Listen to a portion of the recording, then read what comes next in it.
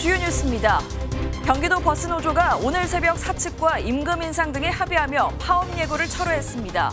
이에 따라 경기도 버스 전 노선은 새벽 4시 첫 차부터 정상 운행되고 있습니다.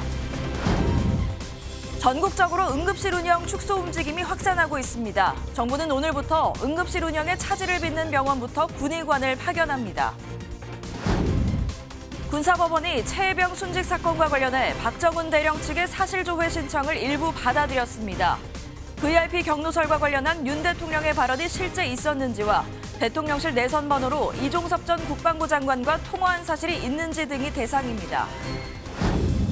정부가 다음 달 1일 국군의 날을 임시 공휴일로 지정했습니다. 군 사기를 높이겠다는 이유와 함께 위축된 내수를 끌어올리려는 취지입니다. 오늘도 아침엔 선선하고 낮엔 무더위가 나타나면서 일교차가 크겠습니다. 전국 대부분 지역에서 한낮 기온이 30도를 웃돌면서 자외선 지수 또한 매우 높겠습니다. 시청자 여러분 안녕하십니까? 경기도 버스 노사가 오늘 새벽 극적으로 임금 협상에 합의했습니다. 오늘 아침 출근길 대란이 우려됐지만 새벽 3시쯤 양측이 극적으로 합의를 이루면서 지금은 첫 차부터 정상 운행하고 있습니다. 첫 소식은 홍지호 기자가 전하겠습니다. 경기도 버스 노사는 13시간에 달하는 마라톤 회의를 거쳐 협상을 타결했습니다. 노사가 늦었지만 합의해서 오늘 버스가 정상 운행하게 됐습니다. 어제 오후 3시에 시작한 협상은 임금 인상을 두고 큰 입장 차이를 보이며 오늘 새벽까지 이어졌습니다. 노조는 준공영제 버스 노선의 12.32%, 민영제 노선의 21.86%의 인상을 요구했고 사측은 5% 이상의 인상은 어렵다고 맞섰습니다. 결국 노사는 두 노선 모두 7% 인상하는 것으로 합의했습니다. 오늘을 잊지 않고 경기도 버스 노동자들이 다 같이 함께할 수 있는 그런 경기도가 되기를 진심으로 바라면서 노사가 상생을 해서 우리 경기버스가 좀 더 나은 버스가 될 수 있는 그런 길을 하나의 초석을 만들었다는. 당초 협상이 결렬되면 오늘 새벽 4시 첫 차부터 파업을 예고했지만 이번 협상 타결로 9,300여 대의 버스는 정상 운행되고 있습니다. 두 차례 회의장을 찾은 김동연 경기도지사도 감사의 뜻을 전했습니다. MBN 뉴스 홍지호입니다. 최혜병 순직 사건과 관련해 항명 혐의로 재판을 받고 있는 박정훈 대령은 그동안 이른바 VIP 경로설을 주장해 왔는데요. 군사법원이 윤석열 대통령에 대한 사실조회 신청을 받아들였습니다. 이 사실조회의 강제성은 없지만 여론의 관심이 뜨거운 상황에서 대통령실이 어떻게 대응할지 주목됩니다. 서영수 기자입니다. 어제 열린 박정훈 대령의 항명 혐의 재판에 이번 사건의 핵심 인물인 이종섭 전 국방부 장관이 증인으로 출석했습니다. 이 전 장관은 대통령실의 외압은 없었다는 기존 입장을 거듭 강조했습니다. 대통령부터 이와 관련해서 어떤 외압이나 이런 것은 전혀 없었습니다. 반면 박 대령 측은 이른바 VIP 경로설의 실체가 점점 드러나고 있다고 맞섰습니다. 고위공직자 범죄수사처가 김계한 해병대 사령관의 휴대전화에서 VIP 경로설 관련 녹취를 확보해왔다고 하여 박 대령 측은 VIP 경로설의 실체를 확인해달라며 법원에 윤 대통령을 상대로 사실조회를 신청했고 일부가 받아들여졌습니다. 재판부는 박 대령 측이 신청한 6가지 사실조회 항목 가운데 3가지를 인용하기로 결정했습니다. VIP 경로설과 관련해 윤 대통령의 발언이 실제 있었는지, 대통령실 내선 번호로 이종섭 전 장관과 통화한 사실이 있는지 등이 대상입니다. 윤 대통령이 응할 경우 사실상의 서면 조사가 이루어지는 셈인데 사실 조회는 강제성이 없어 실제 답변이 이루어질지는 미지수입니다. MBN 뉴스 서영수입니다. 텔레그램으로 확산하고 있는 불법 딥페이크 음란물 문제에 대해 경찰이 내사에 착수했다는 소식 전해드렸는데요. 텔레그램 측이 정부에 공식 서한을 보내왔습니다. 정부의 요청을 받아들여 불법 영상물들을 삭제했다며 사과의 뜻과 함께 협력 의사도 내비친 걸로 전해졌습니다. 강서영 기자입니다. 사진을 보내면 자동으로 음란물을 만들어주는 딥페이크 프로그램입니다. 추적이 쉽지 않은 텔레그램을 중심으로 성범죄가 급증하는 가운데 텔레그램도 사태 해결을 위한 협력에 나선 것으로 파악됐습니다. 최근 텔레그램은 방송통신심의위원회가 긴급 삭제 요청한 디지털 성범죄 25건을 모두 삭제했습니다. 또 방심위에 공식 서한을 보내 한국의 상황을 알고 있다는 사과의 뜻과 함께 직접 소통할 이메일 주소도 보낸 것으로 전해졌습니다. 지난달 29일 방심위가 미성년자 피해가 심각해 긴급 공조가 필요하다며 텔레그램과 직접 소통하고 협력할 수 있도록 프랑스 당국에 요청 서한을 보낸 지 5일 만입니다. 앞서 경찰은 텔레그램 법인에게 성범죄 방조 혐의를 적용해 내사에 착수한 바 있습니다. 보안 메신저에 대해서 직접적으로 방조 혐의를 적용해서 수사하는 방안도 검토를 하고 있습니다. 방심위 관계자는 전용 이메일을 시작으로 핫라인을 구축해 디지털 성범죄 영상의 퇴출을 위한 협력 관계를 다지길 기대한다고 밝혔습니다. MBN 뉴스 강서영입니다. 4천억 원 규모의 불법 도박 사이트를 운영한 일당 42명이 경찰에 검거됐습니다. 핵심 조직원들은 중학교 동창들이었는데요. 파악된 범죄 수익금만 100억 원이 넘었습니다. 한여애 기자입니다. 현관문을 강제로 열고 경찰이 안으로 들어갑니다. 도박 사이트 맞죠? 국민체육진법 위반 혐의고요. 불법 도박 사이트를 운영한 조직원 42명이 검거되고 이 중 12명이 구속됐습니다. 이들은 2018년부터 지난 7월까지 6년이 넘게 전국의 12곳의 사무실을 차리고 불법 스포츠 도박 사이트를 운영해온 혐의를 받습니다. 사이트 회원은 무려 2만 6천 명으로 판돈은 4천억 원에 달합니다. 텔레그램에서 회원 30만 명의 정보를 구입한 뒤 회원 가입을 유도했습니다.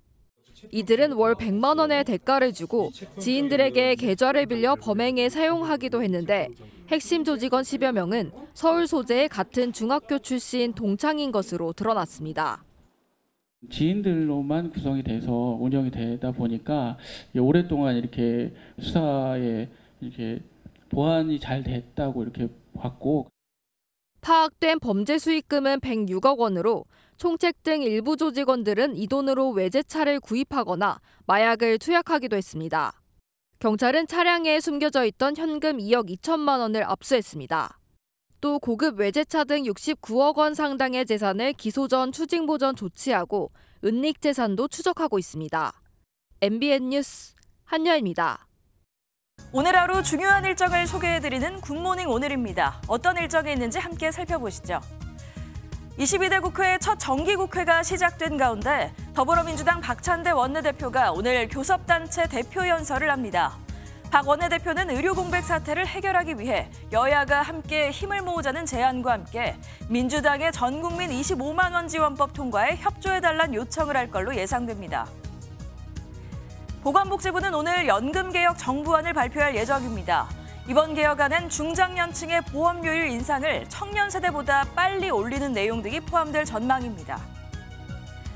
한국교육과정평가원이 주관하는 9월 수능 모의평가가 오늘 전국에서 일제히 치러집니다. 이번 모의평가는 시험 범위 등이 실제 수능과 가장 비슷해 수험생들이 자신의 위치를 객관적으로 가늠할 수 있는 마지막 전국 단위 시험입니다. 지금까지 굿모닝 오늘이었습니다. 주말과 야간에 응급실이 문을 닫고 있다는 소식 전해드렸었는데요. 이젠 수도권에서 평일에 응급실 진료를 줄이는 곳들이 나오고 있습니다. 아주대병원이 목요일마다 심정지 환자 외에는 응급실에 환자를 받지 않기로 했는데요. 정부는 응급실이 무너질 정도는 아니라고 하지만 현장 분위기는 다른 것 같습니다. 먼저 박유영 기자입니다. 경기 서남부 권역응급의료센터가 있는 아주대병원이 매주 목요일 응급실 진료를 대폭 줄입니다. 목요일 오전 7시부터 24시간은 심폐소생술, CPR을 해야 할 정도가 아니면 환자를 받지 않기로 한 겁니다. 초중증 환자들은 봐야 되니까 그거는 최후의 보루로 남겨놓고 중증 환자를 계속 보기 위해서는 그렇게 할 수밖에 없어서. 의정 갈등 속 응급실 전문의 14명 중 3명이 그만뒀고 4명 더 사직을 밝힌 상황에서 남은 의료진들을 지키기 위한 조치입니다. 나는 지금 여기서 수술하고 안 환자거든. 그래서 너무 아파서 지금 왔어요. 목요일날 병이 생겼다 하면은 큰일 나는 거죠. 일단 아프면 안 되겠다. 근데 아픈 게 마음대로 안 되잖아요. 뭐 어른들은 어떻게라도 뭐 참고 견디겠는데 애들이 생각하면은 진짜 눈물부터. 정부는 당장 오늘부터 아주대병원을 포함해 응급실 운영에 차질을 빚는 강원대병원과 이대 목동병원 등의 군의관을 급파합니다. 이런 식으로 아직까지는 관리 가능한 수준이란 게 정부 진단입니다. 일각에서 표현하시는 것과 같은 응급의료 붕괴에 이르는 상황까지는 아닌 것으로 판단하고 있습니다. 정부는 현 상황을 바로잡는 것이 의료 개혁인 만큼 개혁의 속도와 방향 모두 수정할 뜻이 없다는 점도 분명히 했습니다. 그것은 10,000명 가까운 전공의들이 이 환자들의 곁을 떠난 데에서 출발을 했다. 의료 공백 7개월째, 누구 탓 말고 누구든 이 불안한 상황을 끝내달라고 환자들은 말하고 있습니다. MBN 뉴스 박영입니다.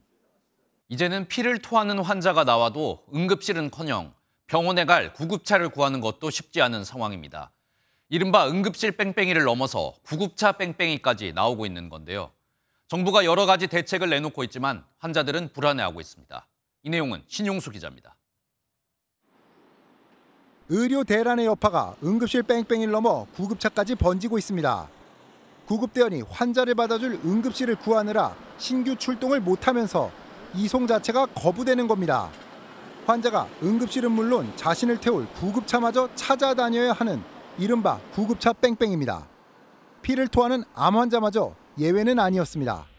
119에서 카트를 해서 저희한테 연락이 온 거예요. 그러니까 119도 마찬가지로 자기네들이 뺑뺑이를 돌아야 되는 상황이다 싶으면 일단 거부를 해요. 현장 대원들은 병원들이 119 구급차마저 수용 거부하는 경우가 많아 어쩔 수 없다는 입장입니다. 저희도 요즘은 아예 차라리 구급차 말고 그냥 본인 스스로 가는 게 진료보다 빠를 수 있다라서 직접 찾아가면 병원에서 지금 쫓아내긴 안 되고. 병원들이 대거 쉬는 추석 연휴를 앞두고 환자들의 불안은 더욱 커지고 있습니다. 환자들의 어떤 치료에 가장 최전면에 있는 부분들 아닙니까? 이 차후에 벌어질 일이 진짜 겁이 나고 진짜 이게 뭐 하늘이 지금 무너지는 듯한. 정부는 200여 명의 군의관과 공중보건의를 응급실에 투입하고 연휴 기간 전국 4,000곳에 당직 병의원을 운영한다는 추가 대책을 내놓은 상황입니다. MBN 뉴스 신용수입니다. 어제 오전 강원도 강릉에서 1톤 트럭이 15m 고가 아래로 추락한 뒤 불이 나 2명이 숨졌습니다. 트럭엔 운전자까지 모두 3명이 타고 있었는데 이 가운데 1명은 추락 직전 차에서 튕겨나가는 바람에 목숨을 건졌다고 합니다. 장진철 기자의 보도입니다. 15m 높이의 교량 난간을 뚫고 나온 트럭. 불꽃이 번쩍 나더니 아래로 떨어지고 곧이어 불길에 휩싸입니다. 사람이 살았을까? 어떡하지? 빨리빨리. 사람들이 현장으로 모여들지만 불길이 거세 접근도 못합니다. 다리 위에는 SUV 2대가 심하게 부서진 채 서 있습니다. 쿵 하는 소리가 나가지고 이거 무슨 소린가 하고서는 창문을 내다보니까 연기가 한번 벌써 올라오더라고. 올라오는데 소리가 막 또 나는 거예요. 폭발하는 소리가. 고가도로를 달리던 SUV 2대가 추돌한 뒤 마주오던 1톤 트럭과 정면으로 충돌했습니다. SUV와 충돌한 1톤 트럭은 그 충격으로 안전펜스를 뚫고 15m 아래로 추락했습니다. 트럭에는 모두 3명이 타고 있었는데 70대 운전자와 50대 탑승자가 숨졌습니다. 추락하기 전 차 밖으로 튕겨나온 또 한 명의 탑승자는 다행히 경상에 그쳤습니다. 추락하는 트럭에 전선이 끊어져 이 일대는 40분 남짓 전기 공급도 중단됐습니다. 경찰은 처음 추돌 사고를 낸 30대 SUV 운전자의 치료가 끝나는 대로 음주 여부 등 정확한 사고 원인을 조사할 방침입니다. MBN 뉴스 장진철입니다. 프로포폴을 상습 투약한 혐의로 재판에 넘겨졌던 배우 유아인 씨가 1심에서 징역 1년을 선고받았습니다. 재판부는 도주 우려가 있다며 유 씨를 법정 구속했습니다. 이시열 기자의 보도입니다. 법원으로 출석한 배우 유아인 씨는 취재진의 질문에 아무 대답 없이 법정으로 향했습니다. 저 검찰 구형령 4년인데 어떻게 생각하시나요? 유 씨는 지난 2020년 9월부터 2023년 1월까지 총 181차례에 걸쳐 의료용 프로포폴 등을 상습 투약하는 등의 혐의로 재판에 넘겨졌습니다. 법원은 마약류 상습 투약과 대마 흡연 혐의를 모두 유죄로 인정하며 징역 1년을 선고하고 도주 우려가 있다며 유 씨를 법정 구속했습니다. 재판부는 법령의 허점을 이용해 범행을 저질렀다며 마약 관련 규제 등을 경시하는 것으로 보인다고 질타했습니다. 또 이미 향정신성 의약품에 대한 의존도가 심각해 보여 재범 위험성도 낮지 않다고 밝혔습니다. 다만 대마수소와 증거인멸 교사 등 다른 혐의에 대해서는 증거가 부족하다며 무죄로 판단했습니다. 구속 전 마지막 할 말을 묻는 재판부의 물음에 유 씨는 고개를 숙이며 심려와 걱정을 끼쳐 죄송하다고 답했습니다. 징역 8개월에 집행유예 2년을 선고받은 지인 최모 씨는 아무 말 없이 법정을 빠져나갔습니다. 유 씨는 30대 남성을 성폭행한 혐의로도 경찰 조사를 받고 있습니다. MBN 뉴스 이시열입니다. 무인기는 값싼 비용으로 적의 고가의 장비를 무력화시킬 수 있어 현대전의 게임 체인저로 떠올랐는데요. 최근 북한이 자폭형 무인기로 우리 군 전차 모형을 타격하는 장면을 공개하며 노골적으로 위협했습니다. 그러자 이에 대응해 우리 군도 우크라이나 전쟁에서 성능을 검증받은 폴란드산 자폭 무인기 도입에 착수했습니다. 권용범 기자의 보도입니다. 무인기가 목표 지점까지 날아가 표적에 몸을 던집니다. 우크라이나 전쟁에서 실전 운용된 폴란드산 자폭형 무인기 워메이트입니다. 한 대당 가격은 수천만 원으로 무인기 기준 저가에 속합니다. 군 당국은 이 같은 폴란드산 자폭형 무인기 수백 대를 올해 안으로 도입하기로 하고 구매 계약 절차에 착수했습니다. 국방부 관계자는 폴란드산 무인기가 실전에서 성능이 검증됐고 빠르게 도입할 수 있는 점을 감안했다고 설명했습니다.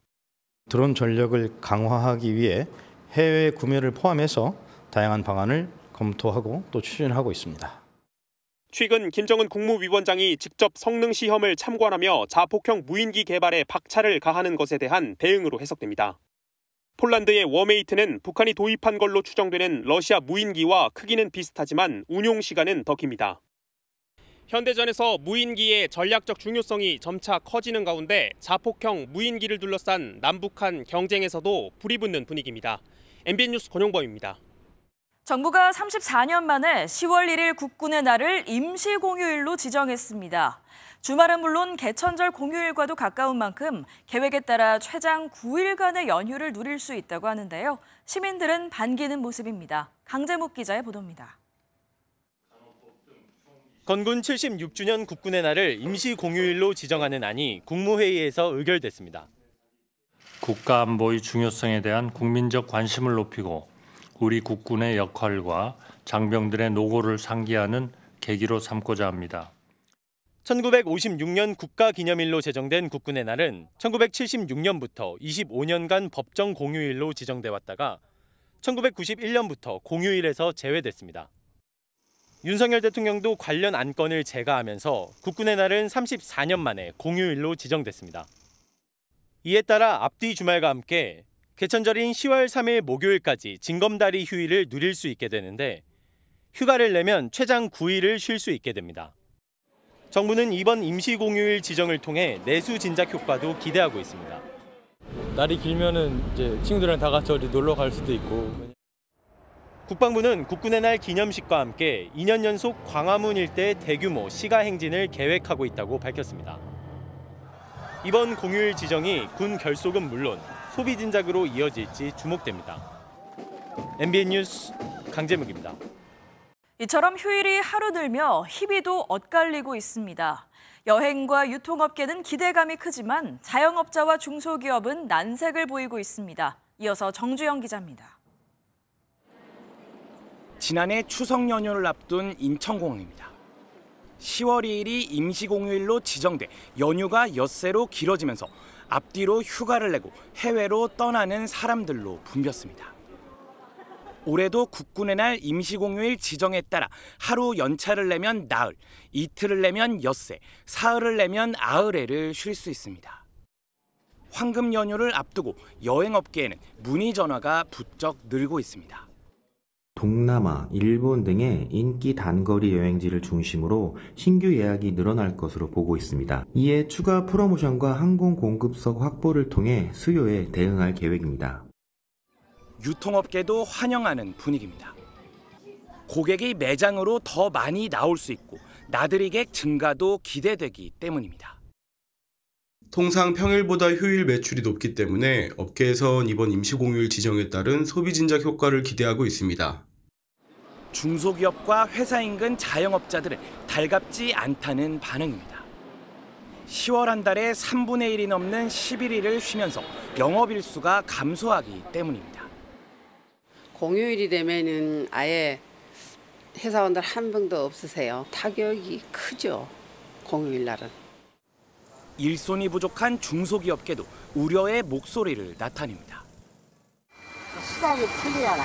그러니까 그거 주는 분이 안 하는 게 많다고 쉬는 데가 많아요.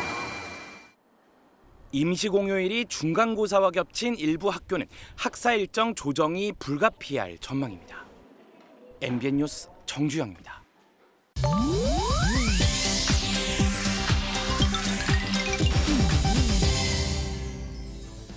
인터넷에선 어떤 소식들이 화제일까요? 인터넷 와글와글입니다. 전남 장흥의 이통장연합회가 단합 행사를 위해 배포한 기념 배지가 우길기 영상과 비슷하다는 지적에 회수되는 소동이 벌어졌습니다. 배지는 전국 연합회 로고를 본떠 바다에서 붉은 태양이 떠오르는 모습을 담았다는데요. 하지만 배부 과정에서 우길기와 닮았다는 논란이 일자 이통장연합회 장흥군 지회는 배지 300개를 모두 회수한 걸로 알려졌습니다. 지회 관계자는 화합을 위한 자리에서 회원들에게 소속감을 주기 위해 배지를 만들었는데 이런 일이 생겨 안타깝다고 전했는데요. 기념품을 제작할 때 조금 더 신중을 기해야 할 것 같네요. 그동안 볼 수 없었던 한 주유소 사장님의 양심 고백이 누리꾼들의 시선을 사로잡았는데요. 어떤 내용인지 확인해 보시죠.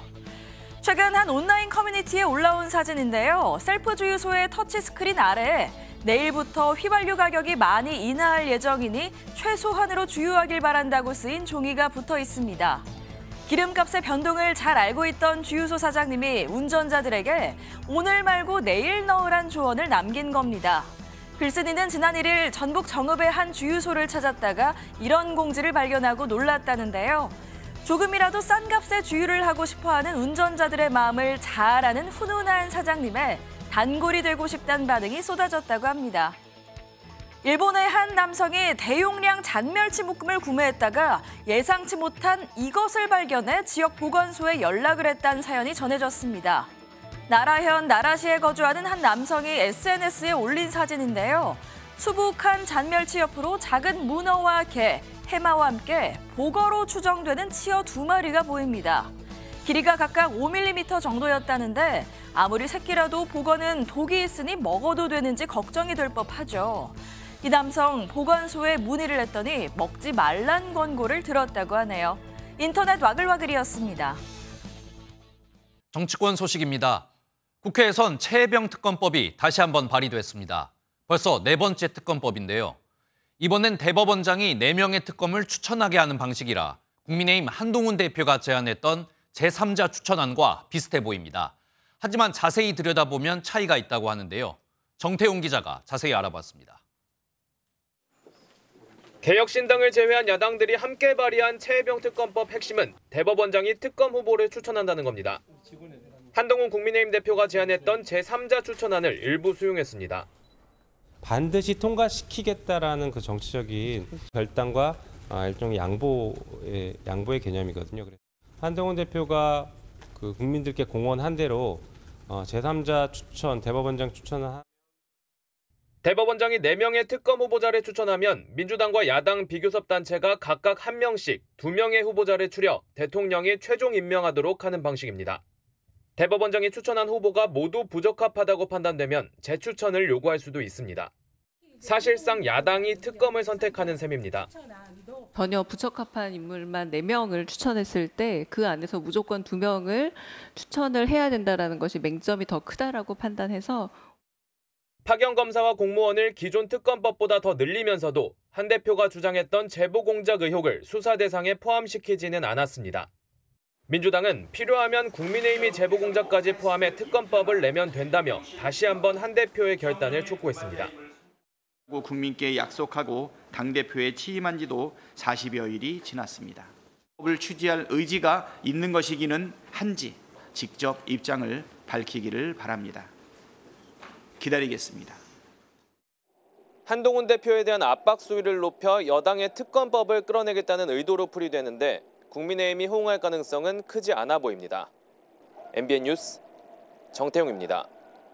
앞서 보신 것처럼 민주당은 이번 특검법이 국민의힘 한동훈 대표가 제안했던 제3자 추천 방식이라며 특검법을 받아들이라고 압박했습니다. 하지만 한동훈 대표는 내용이 바뀐 게 별로 없다며 사실상 받아들일 수 없다는 입장을 밝혔습니다. 이어서 정태진 기자입니다. 당대표 취임 후 첫 TK, 경북 구미를 찾은 한동훈 대표가 박정희 전 대통령 생가를 방문했습니다. 보수의 심장임을 강조하며 이곳 경북 박 전 대통령 생가를 찾은 한동훈 대표는 입장에 변화가 없다며 민주당 제3자 특검안에 날을 세웠습니다. 제가 내용 봤는데 바뀐 게 별로 없던데요? 제 입장은 그대로입니다. 친한계 핵심 의원은 MBN에 무늬만 제3자 특검법, 야당 입맛에 맞을 때까지 갈아치우겠다는 것, 말장난에 불과하다고 강하게 비판했고 친윤 권성동 의원 역시 야당이 대법원장 추천 인사를 압축하고 야당이 거부하는 법률적 야바위라 맹비판했습니다. 추경호 원내대표는 선수사, 후특검 당론을 명확히 하며 특검 자체가 나쁜 음모라고 야당을 몰아세웠습니다. 최상병 특검 법안에 그 숨은 나쁜 의도, 즉 정쟁용으로 대통령 탄핵을 빌드업하기 위한 음모다. 특검에 대한 강한 당내 반대 여론을 설득하고 정부와의 사전 교감 등이 필요한 만큼 한동훈 대표가 공언한 제3자 특검법 발의 자체가 쉽지 않을 거란 회의론도 나오고 있습니다. MBN 뉴스 정태진입니다. 국회에선 심우정 검찰총장 후보자에 대한 인사청문회가 열렸습니다. 심우정 후보자는 김건희 여사의 조사를 둘러싼 논란이나 문재인 전 대통령 수사에 대해선 최대한 말을 아끼는 모습이었는데요. 김건희 여사의 오빠와 친분이 있다는 의혹에 대해서는 전혀 모르는 사이라고 강조했습니다. 이혁재 기자입니다. 윤석열 정부 들어 두 번째 검찰총장으로 지명된 심우정 후보자. 인사청문회가 열리자마자 심 후보자의 자료 제출 문제를 두고 여야가 신경전을 벌이며 시작 1시간 만에 중단됐습니다. 다시 이어진 청문회에서 김건희 여사와 문재인 전 대통령 수사에 대한 위원들의 질의가 쏟아졌습니다. 김 여사가 명품 가방을 수수한 것을 두고 대통령과 직무 관련성이 있느냐는 물음에 심 후보자는 곧 열릴 수사심의위원회를 이유로 답변을 피했습니다. 제가 조금이라도 영향을 미칠 수 있는 부분에 대해서는 말씀드리기 어려운 점을 좀 양해해 주시기 바랍니다. 심 후보자는 문 전 대통령 일가가 연루된 특혜 채용 의혹 수사에 대해서는 원칙대로 하겠다고 짧게 답변했습니다. 법과 원칙에 따라서 처리하겠습니다. 일각에서 제기한 김 여사 오빠와의 친분설에 대해선 적극 해명했습니다. 전혀 모르는 사이입니다. 심 후보자는 노태우 전 대통령 비자금 실체에 대한 재수사와 관련한 질문에 기회가 주어지면 살펴보겠다고 답했습니다. 또 동생이 카카오그룹에서 근무하고 있어 이해 충돌 소지가 있다는 지적에는 문제가 있다면 필요한 조치를 하겠다고 밝혔습니다. MBN 뉴스 이혁재입니다. 기시다 후미오 일본 총리가 오는 6일부터 이틀간 방한합니다. 이 기간 윤석열 대통령과 정상회담도 진행합니다. 대통령실은 기시다 총리가 퇴임을 앞두고 방한을 적극 희망해 성사됐다며 향후 양자 협력과 영내 협력, 글로벌 협력 발전 방향을 논의할 것이라고 밝혔습니다. 미국 공화당 대선 후보인 도널드 트럼프 전 대통령이 국립묘지 참배 당시 촬영 금지 규정을 위반한 걸로 알려져 논란이 일었죠. 해리스 부통령까지 가세하면서 쟁점이 됐는데 트럼프 전 대통령은 이 모든 게 해리스의 조작이라고 주장하고 나섰습니다. 워싱턴에서 강영구 특파원입니다. 알링턴 국립묘지 충돌 사건과 관련해 트럼프 전 대통령이 음모론을 제기했습니다. 트럼프 전 대통령이 자신의 소셜미디어에 올린 글에서 지난주 알링턴 국립묘지에서 충돌이나 싸움은 없었다며 그것은 해리스와 그녀의 허위 정보팀이 꾸며낸 것이라고 주장했습니다. 이어 카불 공항 테러가 발생했던 미국의 아프가니스탄 철군 과정에서의 혼란을 거론하며 무능한 아프가니스탄 철군 때문에 자신들의 손에 피를 묻힌 것을 가리기 위해 해리스가 지어낸 것이라고 조작 의혹을 제기한 것입니다. 논란이 된 국립묘지 충돌 사건은 지난달 26일 트럼프 전 대통령이 일부 유족들과 함께 알링턴 국립묘지를 찾아 참배할 때 벌어졌습니다. 국립묘지 안에서 촬영을 제지하는 직원을 트럼프 캠프 관계자들이 밀치고 폭언한 것으로 알려져 논란이 커졌습니다. My understanding from what the Army said is that an ANC employee who attempted to ensure adherence to the rules of the ANC was pushed aside. The employee acted with professionalism and decorum, but there was a bit of an incident that did happen. 해리스 부통령까지 나서서 정치적 쇼로 신성한 곳을 모독했다고 비판하며 논란은 좀처럼 수그러들지 않았습니다. 하지만 트럼프 전 대통령은 국립묘지에서 싸움이나 문제가 없었고 그것은 오직 미국을 파괴하는 사람들의 머릿속에만 있다고 반박했습니다. 두 후보 간의 첫 TV 토론이 일주일 앞으로 다가온 가운데 방어가 아닌 오히려 해리스 흠집내기로 역공을 취하는 겁니다. 정책 중심의 선거를 치러야 한다는 주변의 조언에도 불구하고 트럼프 전 대통령의 마이웨이 전략이 과연 선거에 어떤 영향을 미칠지 관심이 쏠리고 있습니다. 워싱턴에서 MBN 뉴스 강영구입니다. 아프리카 콩고 민주공화국의 최대 규모 교도소에서 죄수들이 집단 탈옥을 시도하다 무려 129명이 숨졌습니다. 탈옥을 시도하던 죄수들이 한꺼번에 몰리면서 대규모 사망자가 발생한 걸로 추정되는데 이 교도소는 과밀 수용으로 악명이 높은 곳입니다. 윤지원 기자입니다. 교도소 외벽에 사람이 통과할 수 있는 구멍이 뚫려 있고 철문은 활짝 열렸습니다. 교도소 바닥에는 시신들이 즐비합니다. 아프리카 콩고 민주공화국의 수도 킨사샤에 있는 마킬라 중앙교도소에서 탈옥 미수 사건이 발생해 최소 129명의 수감자가 숨졌습니다. Le bilan provisoire sur le plan humain s'élève à 129 morts, dont 24 par balle après sommation. 탈옥을 시도하던 죄수들이 한꺼번에 몰리면서 대규모 사망자가 발생한 것으로 추정됩니다. 콩고 최대 규모의 수용시설인 마킬라 중앙교도소는 과밀교도소로 악명이 높습니다. 국제 앰네스티의 최근 보고서에 따르면 수용 정원이 1,500명이지만 12,000명 이상이 수감돼 있어 인권운동가들의 비판을 받고 있습니다.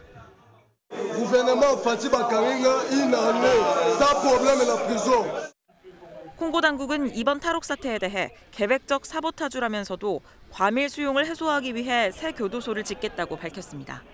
MBN 뉴스 윤지원입니다. 여기 사람들이 바람을 안고 파도를 가로지르며 바다 위에서 두둥실 떠오릅니다. 연에 의존해서 보드를 타는 카이트 서핑 대회가 열렸다는데요. 프랑스로 가보겠습니다. 사람들이 줄에 매달린 채 시원하게 파도를 넘나듭니다. 높은 점프를 하거나 한 바퀴 도는 기교까지 선보이는데요. 전용 연을 사용해 보드를 탄 상태로 파도 위를 달리는 수상 스포츠. 카이트 서핑 대회가 프랑스에서 열렸습니다. 이날 경기에서는 홈팀인 프랑스 팀이 우승을 하고 스위스 팀과 독일 팀이 각각 2등과 3등을 차지했는데요. 여자부 경기에서는 브라질 선수가 우승을, 스페인과 독일이 뒤를 이었습니다. 비가 적고 건조한 기후 특성으로 인해서 물은 증발하고 소금의 결정만 남아 소금 사막으로 불리는 곳이죠. 볼리비아의 우유니 사막. 이곳에서 대회가 펼쳐졌다고 합니다. 함께 만나보시죠. 사람들이 끝없이 펼쳐진 새하얀 바닥을 마구 달리고 있습니다. 군데군데 물웅덩이가 보이는 이곳은 세계 최대 규모의 볼리비아 우유니 소금 사막입니다. 이곳에서 화산과 초원을 지나 우유니 사막을 통과하는 42km 마라톤 대회가 열렸습니다. 고원지대에서 열린 마라톤 대회지만 전 세계 선수들이 참가해 멋진 기량을 뽐냈다고 하네요. 지금까지 굿모닝 월드였습니다. 지난달 소비자 물가 상승률이 3년 5개월 만에 가장 낮은 2%대로 떨어졌습니다. 과일과 한우 같은 농축산물 가격이 떨어지고 석유 가격이 안정되면서 이젠 기준금리를 내릴 수 있는 여건이 마련됐다는 평가가 나오고 있습니다. 이혁근 기자입니다. 제철을 맞은 홍로 사과가 탐스러운 자태를 뽐냅니다. 지난해 추석 때는 사과값이 치솟으면서 물가를 밀어올렸지만 올해는 분위기가 다릅니다. 홍로 생산량이 늘면서 추석 성수기 사과값은 지난해보다 30%가량 떨어질 전망입니다. 배도 가격이 떨어지면서 과일값이 전반적으로 안정세를 찾았습니다. 추석 선물로 인기가 많은 한우는 올해 특히 저렴합니다. 공급이 늘어난 데다 전국 대형마트와 하나로마트 등에서 오는 13일까지 최대 50% 할인 행사를 진행하기 때문입니다. 한우가 작년에 비해서 최대 반값 한다고 해서 조금 가격이 저렴해지는 것 같아서 부담이 조금 덜하더라고요. 선물하기에 괜찮은 것 같아서. 과일과 한우 가격이 떨어지면서 지난달 소비자 물가 상승률은 2%로 3년 5개월 만에 가장 낮았습니다. 8월 소비자 물가는 석유류, 농산물 등의 상승폭 축소로 전월보다 0.6%포인트 하락하여 2.0% 상승하였습니다. 물가 상승률이 2%대로 내려오면서 기준금리를 내릴 수 있는 여건이 마련됐다는 평가가 나옵니다. 서울 수도권 집값 오름세가 변수로 남아있지만 미 연준이 9월에 금리를 내린다면 한국은행도 10월엔 기준금리 인하를 단행할 것이란 전망에 힘이 실리고 있습니다. MBN 뉴스 이혁근입니다. 서울과 수도권의 아파트 공급 부족 이야기가 나오면서 최근 집값 상승세가 심상치 않았죠. 그래서 정부가 공공분양 물량을 부랴부랴 늘리고 있습니다. 입지가 좋다 보니 관심이 뜨겁다고 하는데요. 고정수 기자가 자세히 전해드립니다. 서울 동작구의 옛 수도방위 사령부 부지입니다. 서울에선 보기 드문 공공분양단지로 263가구 중 39가구의 입주자를 이번 달에 새로 모집합니다. 작년 사전 청약에서도 평균 280대 1의 경쟁률을 기록한 바 있어 이번에도 높은 경쟁률이 예상됩니다. 정부는 3기 신도시도 이번 달 인천 계양에서 첫 분양에 나선다는 방침입니다.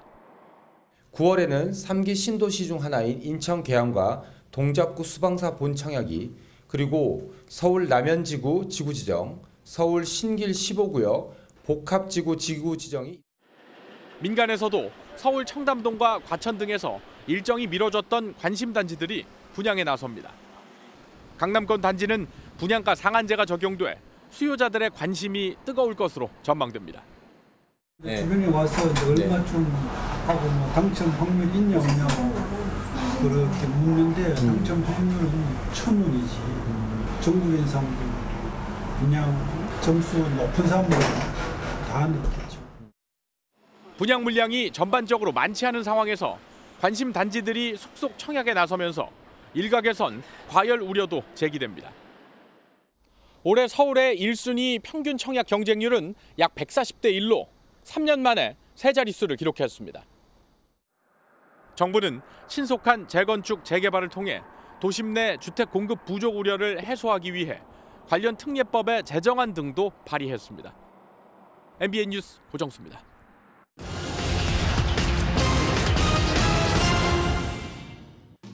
NH농협은행이 오는 6일부터 다주택자에게 수도권에 있는 주택 구입을 위한 대출을 중단합니다. 또 다주택자들에게 생활안정자금 지원도 1억 원으로 제한하고 갭 투자를 방지하기 위한 조건부 전세자금 대출도 중단하는데요. 카카오뱅크도 어제부터 무주택자들에게만 주택 구입 대출을 해주고 있습니다. 올해 서울의 1순위 평균 청약 경쟁률이 140대 1을 기록했는데 이 경쟁률이 세 자릿수를 기록한 건 2021년 이후 처음입니다. 최근 서울의 집값 상승과 공급 물량이 줄면서 이 청약 경쟁률이 크게 오른 것으로 보이는데요. 올해 서울 분양에선 마포구와 서대문구 등 이 비규제 지역에서도 100대 1이 넘는 경쟁률이 나왔습니다. 금융위원회가 앞으로 선불 충전금 특별 관리를 통해서 소비자들의 선물금을 보호하기로 했습니다.